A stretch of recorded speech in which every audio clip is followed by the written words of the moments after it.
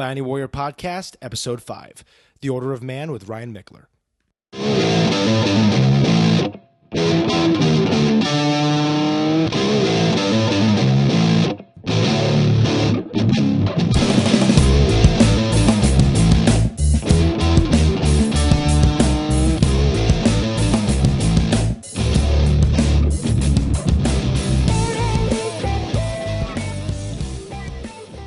Hello and welcome to Episode 5 of the Bayani Warrior Podcast. I am your host, Guru Mike Panna, Chief Instructor and Founder of the Bayani Warrior Martial Arts Academy, located right here in the sunny Dallas, Texas area. If this is your first time joining us, the goal of the Bayani Warrior Podcast is to speak to individuals who are making a difference in the world around them. The word Bayani is a Filipino word for hero, and we aim to bring you talks and interviews with leaders who are acting as heroes in the communities that they serve. In today's episode, we speak to Ryan Michler, founder and host of one of the most popular podcasts in the world, The Order of Man. Ryan Michler is a leader for thousands of men from all over the world who wish to become the best men they can be for their families, their workplaces, and their communities. On a personal note, I am a huge fan of the Order of Man, and it has been instrumental in the way I lead my family, my Bayani Warrior tribe, and my business. I have recommended Ryan's work to my male students, and several of them have become fans of the show as well. This is a huge honor to have Ryan Michler on our podcast. So sit back, relax, and try to glean some wisdom from this gentleman, because I think you'll learn a lot from what he has to say. All right, guys, without further ado, here's my interview with Ryan Michler. All right, Ryan, thank you so much for meeting me today, man. I appreciate you taking the time to talk. Yeah, you bet, Mike. Glad to be here, man. Just have a few questions. I know that, I've been following your podcast for a long time. It's really helped me out in my life. One of the things that I want to talk about today is for those of my viewers or those of my my listeners who don't know who you are, what the Order of Man is. If you could just give a little bit about your background to start. Yeah, you bet. You bet. I mean, we can go back all the way to the time I was 3 years old, but we don't need to get into too much detail. But yeah, I grew up without a permanent father figure in my life, and long story short, I really floundered on what it meant to be a man. I went through a near divorce. I've had business setbacks and failures. I've had confidence issues. I mean, I've had health problems. I mean, you name it, I've had it. And these are things that men are dealing with. And as I began to talk more about these issues in my personal life, I recognized that there was a lot of guys out there going through the very same thing that I had went through, and I had managed to figure a way out of it and figure out a way to really improve and enhance my life, and of course by default enhance the lives of the people around me. And that's when I decided a couple of years ago, just over 2 years ago now, to launch Order of Man, which is dedicated to helping men become better men, better fathers, better leaders, better community leaders, better husbands. And so that's what we set out to do through a blog and a podcast a couple of years ago. And it's really taken off. You're part of that group. I mean, it's taken off because it's a testament to the power of men banding together, sharing what's really on their mind, being vocal about the problems they're dealing with, and then helping each other come up with the solutions. So it's been an exciting ride, and that gets us up today and some of the things that we're doing now. So that's a little bit of a brief background on what we're doing.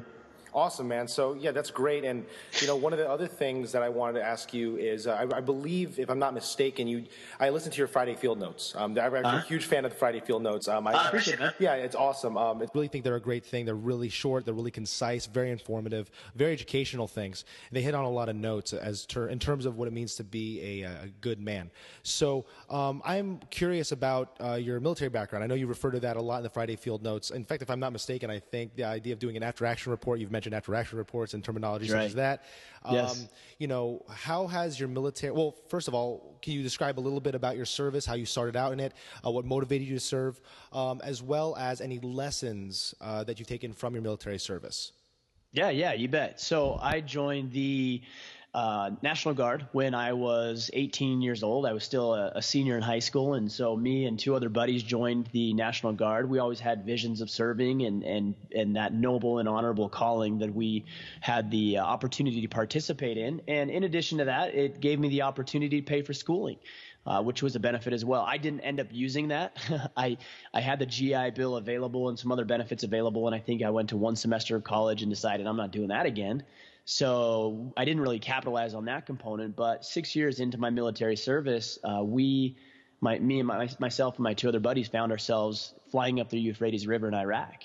And man, it was an eye-opening experience to see what the life is like for people outside of where you and I are fortunate enough to live, and required a lot of discipline and commitment. We had some hardships. I mean, there wasn't a day that went by where we didn't get hit with rockets and mortars. And so there was some real challenging times, but I think through that you learn discipline, you learn dedication and commitment and grit and mental fortitude and physical resiliency and all of these things that apply perfectly to civilian life as well. Obviously, we're talking about life and death situations, and when you are a civilian, the odds of you facing a life or death situation are significantly small. But, starting a business, marriage, and everything else that we deal with on a daily basis, and discipline and commitment and dedication and doing things you don't want to, and all the lessons that we learned while we were serving in Iraq apply perfectly to our everyday lives as well, which is what I'm doing now. So when you began to start the Order of Man, for our listeners who might not be familiar with this, I know you had a Friday Field Notes regarding the origins of Order of Man, but for our listeners who are not as familiar with your podcast, what spurred the idea? Was there an aha moment where, I was, that you got to start this podcast, and did you see it going to the level that it is right now? Because like you said, you have 28,000 members on the Facebook page. I mean, you got a really strong following. In fact, interestingly enough, as I was driving to work today, I was listening to The Pressure Project with one of my brothers in the Psyoc tribe, Justin Garcia, Master Chim. That's right. And you were talking to him, and I loved the interview. I thought it was awesome. And Master Chim is from what I understand, I've listened to his podcast for a long time. He's a straight talker, obviously, really great dude, tough guy. And so I knew that if you were on his show, he must have had a definite high opinion of you. So definitely, what was that aha moment in terms of I got to start the Order of Man, or maybe was it a certain situation, or was it a series of situations? Yeah, for me, if we were to rewind roughly 9 years ago, my wife and I actually went through a separation. And I don't remember what we got into an argument about, but I do remember looking her in the eye and telling her I didn't even want to be married anymore. And she agreed. She said the same thing. And the next morning she left. I was going up to do some training in Salt Lake, which is about 4 hours north of me. And I was driving up there that morning. I'm like, what the hell am I doing? Like, my marriage is falling apart. The woman I love is leaving. And I turned around and I tried to convince her to stay. And by that time, it was too little too late. And so for a long time, I blamed her and I put it all on her. Like, it's her fault. How could she do this to me? Why wasn't she loyal? Why wasn't she doing the things a good wife I think should do at that point? And somewhere along the way, I recognized, maybe she had a part to play in this. For sure, it's a relationship. But I think it was probably more me. And I had become someone other than she had married. And the burdens of life and stress and my own inadequacies had manifested themselves in a way that was not conducive to the relationship that I wanted to develop with my wife. And I went on a journey, man. I listened to CDs, I read books, I found guys that were crushing it in business and their relationships and their health, and then I learned from them, and I'm still on this journey. I haven't figured it all out, but that was the catalyst for change for me. And long story short, my wife this year and I will be married for 13 years. Nice. We've got 4 children. Business is better than it's ever been. My health is just greater than it's ever been. And it's a testament to the power of going to work on yourself and taking absolute ownership, which is what I talked about on Justin's podcast, absolute ownership of yourself and every element of your life. And yeah, there's other people that have a part to play in this. But at the end of the day, like, if we took more responsibility, we'd be in a much better position than we currently are. And so I launched Order of Man with the goal of helping guys do just that. And I know that you've discussed basically the 3 roles of a man, and they are protect, provide, and preside, if I'm not mistaken. So I was wondering if you could kind of discuss that. I've heard it expressed in that way from different sources, but I like the way you present it. So if you don't mind elaborating on that. Sure. Yeah, I appreciate it. Yeah. With regards to protect, I get this question a lot. What does it mean to be a man? And at the end of the day, a man is somebody who's capable of being responsible and accountable for himself and those he has an obligation to be responsible for. Right? Like, when you get married, are you married? Yes, sir. Okay. So when you get married, you're essentially signing on the dotted line that says, I will take care of you. I will provide for you. I will protect you. I will lead this family and be effective in those roles. And I see society going away from that. I see a trend in society that says that men don't need to do those things, or it's not as important as it once was. And while things have certainly changed and modern times require an adaptation to the way that we fulfill our roles, those roles are just as important as they ever were. So number one, protect, right? We've got to be protectors. We've got to be physically strong, mentally tough, emotionally resilient. Not to say we don't have emotions, but we need to be resilient. We need to strive to understand those emotions. And when we can do those things and keep a level head and keep ourselves calm and be physically strong and fit and conditioned, we're going to protect ourselves. That could be a natural disaster, a blizzard, or, hey, you just need to change the car on the tire, or it could be an active shooter type situation, or you might have to defend yourself in a street fight or a robbery or whatever it may be, or stand up for somebody who can't defend themselves. That's what we did in Iraq. That's why we were there. We were there as protectors. So that's the first responsibility. Second, do you want me to go to the next one? Or yes, please, absolutely. Please okay, do. all right. Secondary, I shouldn't say it's not secondary. It's just in addition to that, is a provider. And obviously, when I say provide, a lot of us think about financial provision, and that's certainly an element of it. But modern times have changed, and there's women entering the workforce and doing a wonderful job. There's men that are staying at home, stay-at-home fathers, and they're doing a wonderful job. So when I say provision, I mean, you got to make that work for your family. It might be financial provision. It might also be that you're emotionally providing, or you're the spiritual provider or leader within your family dynamic. And so there's a lot of different ways that we can show up and provide for our families and our communities and our neighbors and our friends and the people that we care about and the people that are relying upon us. But at the end of the day, men are productive. We give more than we take because it's our job to provide and supply the provisions needed to create a thriving family and community. And the third component of that is to preside. And when I say preside, there's a lot of confusion about what that even means. Preside is about leadership. It's about leading in every element of your life. It's about leading your family with honor and integrity and discipline and commitment and drive and doing everything you need to do there. It's about stepping up in your community as a community leader, whether that's through politics or it could be something as simple as coaching your son's baseball team and showing up in the community that way. If you've got spiritual obligations, maybe you're leading other men and women and families how to connect to a higher power. There's so many different ways. It might even be at work. You're tasked with a project, or you're in a management position and you've got 10 people or 100 people relying upon you to show up fully. And again, society has just drifted and said, it's okay if you don't show up fully because it will all be taken care of for you. And this thought or this pattern of mediocrity is discouraging at best and absolutely destructive to society at worst. Absolutely. And I know that we at Bayani Warrior here at this podcast, we're a Bayani Warrior Martial Arts. We're a martial arts organization. We're a school here in Dallas, Texas. And so, you talk about the protect as being really, it kind of starts off as that. Why do you feel that protection is the primary role? At least I wouldn't say necessarily the primary role, but the first thing that the man has to learn how to do before he can do everything else. I don't know that that's necessarily the case. I don't think that's necessarily the primary or the first thing that he needs to learn. But I'll tell you what, being in shape and knowing how your body works and knowing how to defend yourself is a pretty important component of masculinity. You never know when you're going to be faced with a physical adversity or trial or an obstacle that you have to overcome. And for a long time, man, I was, 3.5 years ago, I was 50 pounds more than what I weigh today.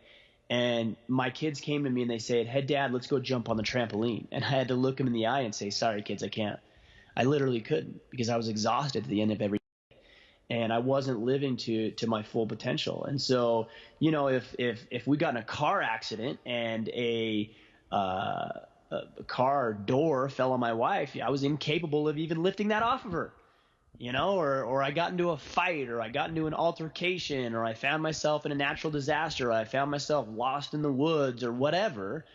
And if I'm incapable physically of stepping up to that challenge, what's the point of having me around? We hear about these active shooter type situations, for example, and you hear about the guy who's cowering in the corner, throwing kids in front of him as the shield, or is he the guy that's charging that attacker and taking charge of the situation and be assertive in that situation? That's what the world needs, not the guy that hides in the corner. Amen. So you mentioned a lot in this interview about fitness, and I know that I know you went through a bodily transformation after going through certain things. You decided to go on to a fitness journey. What is your current fitness routine? Do you subscribe to one? And really what keeps you motivated to keep going on that path? Yeah, so I think about motivation. I think motivation, we've got to be very, very careful with that word. It's a word that is thrown around quite a bit, and I think it's hyped up and it's almost falsified in a way. I don't think motivation is as important as discipline, and just having the discipline and the expectation, a clear expectation of what it's going to take to get yourself in shape. For me, I was sitting in a parade and a new CrossFit gym had opened up and somebody came and dropped a flyer off and I said, yeah, that's it. I'm doing that. And at that point, it wasn't about motivation. It was about discipline. It was about me doing what needed to be done and about me committing to going into the gym every single day. Not sometimes, not when I felt like it, not when I felt good, but every single day. And I've continued that regimen over the past 3.5 years. Not perfectly, but pretty dang good. 80, 90% I've been able to accomplish that. And that's how we see the results in our lives. So I do CrossFit. I do think we tend to overcomplicate a lot of this fitness stuff. I think a lot of the times we think that there's some special program or unique rep scheme or formula that we need to learn, when in all reality, man, if you've been sitting on the couch for the past decade, the first thing you need to do is you need to go for a run or a jog or walk your dog. Right? Or you need to cut out the soda, or you need to go to sleep on time. These are all things that guys know, and yet they're saying to me, and you probably even, I don't have motivation. I'm not motivated. Screw motivation. Just be disciplined. Like, commit to it. Are you committed or you're not? And if you are, then understand what it's going to take and do that. And I think the more that we focus less on the result, the outcome, and focus more on the process and the procedure of getting ourselves in shape, I think the better off we're going to be. Oh, amen. That's absolutely true. I found that, if I don't start my day off working out, I don't know if you go through this yourself, but if I don't start the day off working out, I don't feel better throughout the day. I just feel slower. I feel more tired. Ironically, I feel more tired if I don't work out, even despite all the effort in the morning, right? We really preach to our students of Bayani Warrior Martial Arts to really take in, no matter how hard you work out, if what you're eating is crap, it's really not going to help you very far. So is there any, I don't know if you subscribe necessarily to a diet, but is there are certain foods or certain ways that you eat that kind of keep you in shape? Yes. You're right. Like the diet, like I don't even use that word anymore. So when people say, what's your diet like? I'm like, I don't have a diet. I just eat food that is good for you. So at the end of the day, like, not to complicate this at all, there is no need to complicate it. I eat meat, vegetables, and water. That's it. Like, there's no secret formula, there's no secret, hey, here's this special super fruit, or here's the special supplement that you need to take every morning. It's like, no, just eat lean meat, and not a lot of it, just eat lean meat, eat tons of vegetables. I love broccoli, steamed broccoli, a little garlic in there, asparagus. We do a lot of salads. And then I drink water with lemon, and that's my diet. Now, some guys will say, oh, I get so sick of that. Well, you will if you do the same thing over and over again, but you can be creative with your dishes.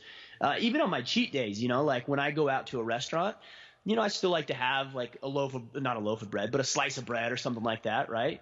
And so I might skim back and not get the chips normally I'd order, or instead of getting a burger, I'd get a steak so I don't have that piece of bread. I wouldn't get a soda. I would just get water. And so there's little ways just to skim back where you don't need to completely like not enjoy the things that you're eating, but just do it in a way that's moderate, and you'll see big, big results in that. And I noticed that you are very much pro Second Amendment, from what I'm understanding. At the very least, you're definitely a gun owner. You train with firearms. I believe this is part of your protector role. Can you elaborate on that a little bit, as well as are you doing anything else in terms of maybe martial arts training, combatives training, to fulfill that protector role in your life? Yeah, that's a good point. Yes, I do train with firearms. Yes, I do love my guns. I've got quite the gun collection. I've got it sitting right here next to me. Is it necessary to own a gun or be a hunter when it comes to being a man? I don't know if it's necessary, but I do believe every man should understand how to operate a gun and should probably fire one at some point, at least at a minimum, at some point in his life. Look, the reality of you being faced with a gun, whether you find one in the road, which I did when I was about 7, 8 years old, to you staring at the barrel of a gun, to your child gets exposed to. There's so many ways, and like to plead ignorance and say I don't want anything to do with guns is not a productive way of approaching life. And so my thought is just go fire one. Learn the basic operations of how firearms work, and learn some basics. Like this will take you an afternoon. and learn those basics. And that way, if you ever find yourself in a situation where you might need to use a firearm, you'll be prepared to do that, at least to some degree. As far as martial arts training, I haven't up until recently. I am getting into some Brazilian jiu-jitsu. I've got a friend who fights, not professionally, but he's an amateur fighter. And he's going to start training me, which I'm excited about as well, because up until this point, I really haven't done any martial arts training outside of like when I was 10 years old. I did some Kempo karate classes or something like that. But I'm excited. I'm looking forward to getting to that. I did wrestle in high school, so my grappling is not – I'm sure it's not up to par, but at least I know some basics there. Oh, of course. If you're ever in Texas, come by and train with us, man. That would be awesome. For a class, I'd love it, man. And I know you mentioned this in other podcasts as well in terms of leadership. You talked about protect, provide, presiding. Let's talk about the presiding a little bit. In your opinion, what maybe are the 3 things that would define a leader? Yeah, I mean, the best definition I've ever heard of a leader is somebody that can take somebody else to a place they could not have imagined or made it to on their own. And that's the end of the day. That's what a leader is.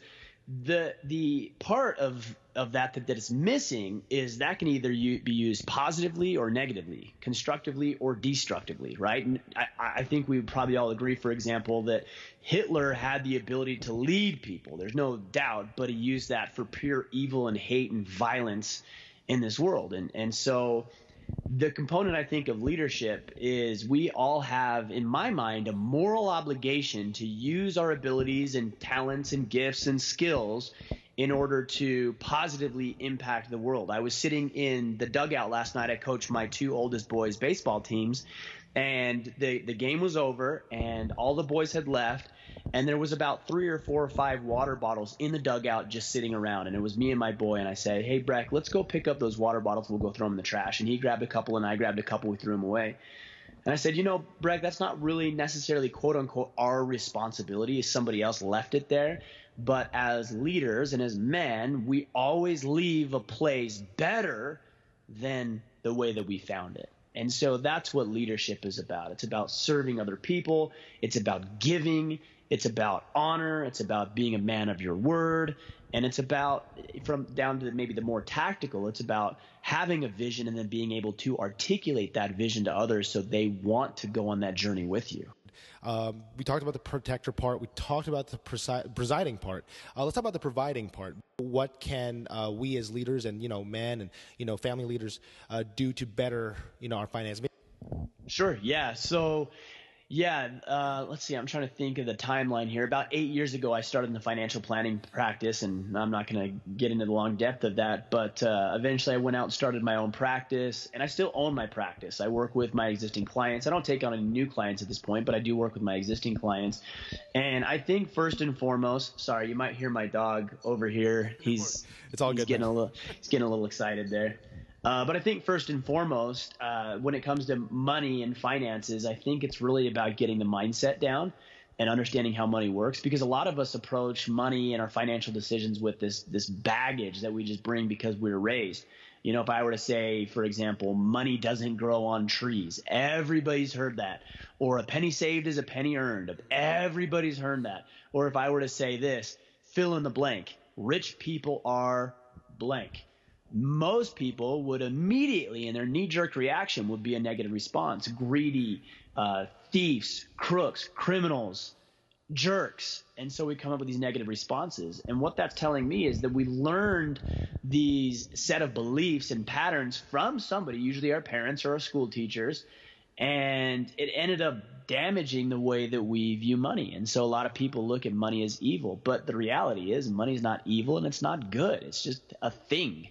It's how we use that money. And the more money that we have in our life and the better we are with our finances, the more we're able to do amazing things, start businesses that serve other people, serve on charitable boards and organizations, give money back to a church or a charitable cause you believe in, volunteer your time, raise your family, go on vacations, hire people, pay taxes even.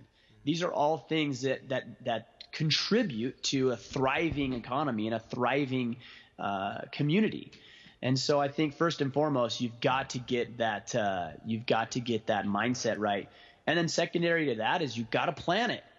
Like if you're not planning and having conversations and discussions with your wife or whoever may be involved with regards to your money, you're not going to succeed. And too many people say, oh, I'll do this quarterly. I'll do this every year with my accountant. No, it needs to be done every single week. That'd be like going to say, I'm going to train martial arts once a quarter. It's like you're not going to get better than the guy who doesn't do it at all. And so I think you've got to be very disciplined about doing money type routines and having conversations about how money works with your spouse on a regular basis. And if that means involving a financial planner because you need that help, man, do it. However it's going to get done, make sure you get it done. Have you gotten any takeaways or any lessons since you started Order of Man? Anything that you've realized, or anything that you've realized maybe that you need to work on, or maybe things that you could do for the future to make yourself better from helping, 28,000 guys, in that page, you know what I mean? Yeah, sure. Yeah, there's a lot. The biggest thing for me, and one of the things I hear more than anything else, is there's a lot of confidence issues among men in society today. And somehow we've come across this belief that we're entitled to be confident, that if we see a confident man, we're like, oh, that guy's lucky. He's so confident.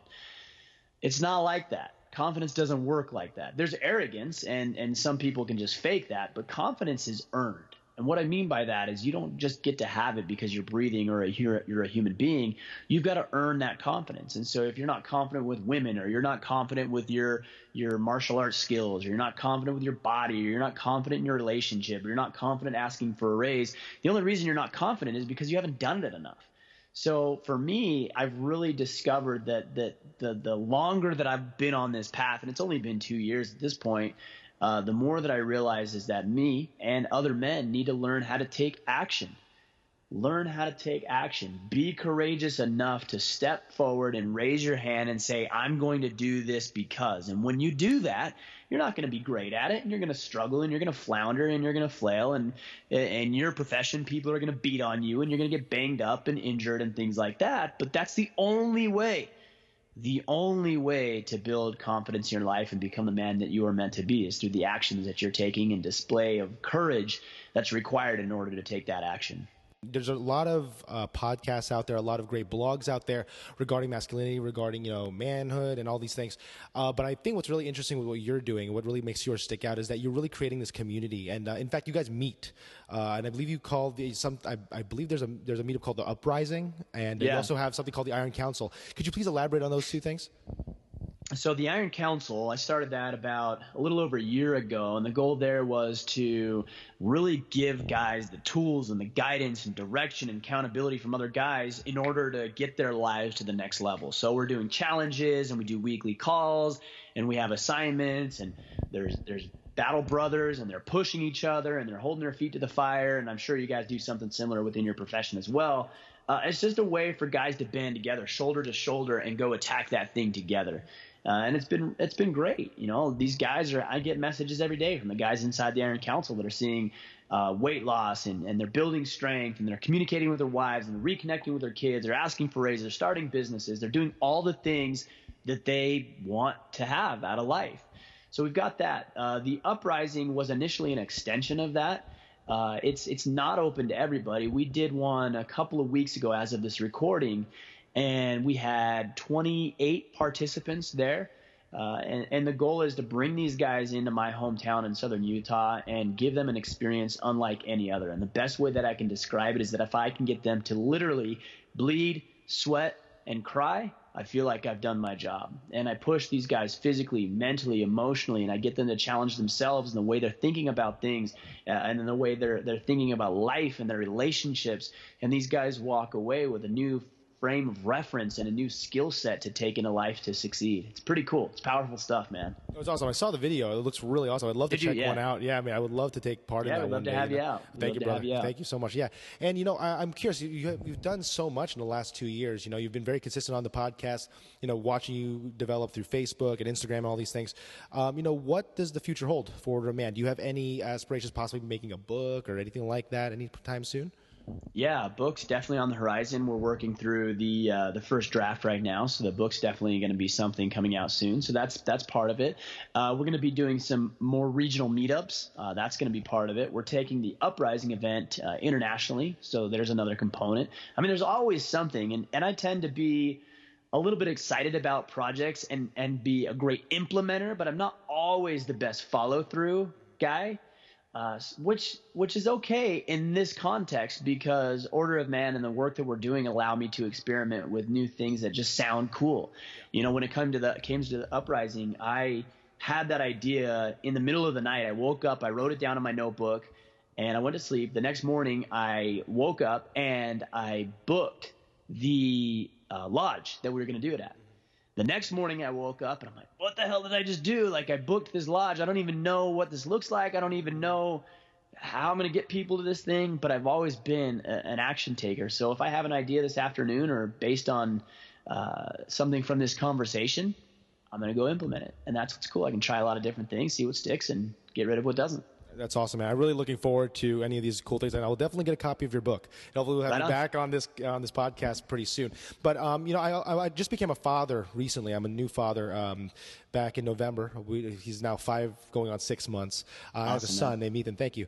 And I know that you have children as well. And I was wondering if you had any, advice for someone in my position as a new dad, as well as, if your sons were listening to this right now, what would you like them to hear you say? Maybe a life lesson, something like that. Yeah, so there's one skill that I think all of us can develop a little bit more proficiently, and if we do, this literally transforms our entire life. Every element of our life will be changed if we learn how to be great communicators. We learn how to be assertive communicators. There's 4 communication styles. There's passive, which is the weakling who gets stomped on because he's not willing to say what needs to be said. There's the guy who's aggressive, who's the macho, arrogant jerk. Everybody knows who I'm talking about, and at the end of the day, he's probably scared more so than the passive communicator. Then you have the passive aggressive guy, which that passive aggressive person is the sarcastic one, makes a joke about everything and hides their own fear behind this wall of sarcasm and humor. And not that humor's bad, but if that's your defense mechanism, it's a problem. And then there's the 4th component, which is an assertive communicator.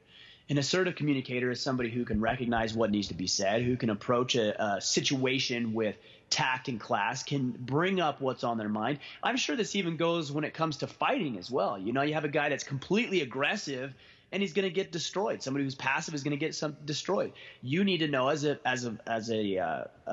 assertive fighter, for example, when to go on the offense, when to go on the defense, when to be patient, when to push. This is the exact same thing I'm talking about with communication. And the more that we can bring up what's on our mind and share it in an effective way, the better off we're going to be and the better man we're going to be when it comes to protecting, providing, and presiding. So we're running down a little bit on time, and so I know you like to ask your interviewees a question at the end, and one of the questions that I ask people on my show is, in your opinion, what does it mean to be a hero? That's an interesting one. What does it mean to be a hero? Because in order to be a hero, you need to have saved somebody else from peril or something. And I don't look at it like that. The way that I look at it is, rather than being that quote-unquote quintessential hero, I look at myself as a lighthouse. And what I mean by that is that a lighthouse is immovable, right? It's steadfast. It's a rock. It doesn't move, and yet it warns, right? And it illuminates, and it lets other people see what's going on, and it keeps the channels open, and it keeps things safe, and it keeps things clear, and it lets everybody know what's going on. Yet it never comes down from its pedestal, its rock, its foundation, in order to chase people around who maybe aren't willing to do what's required to save themselves.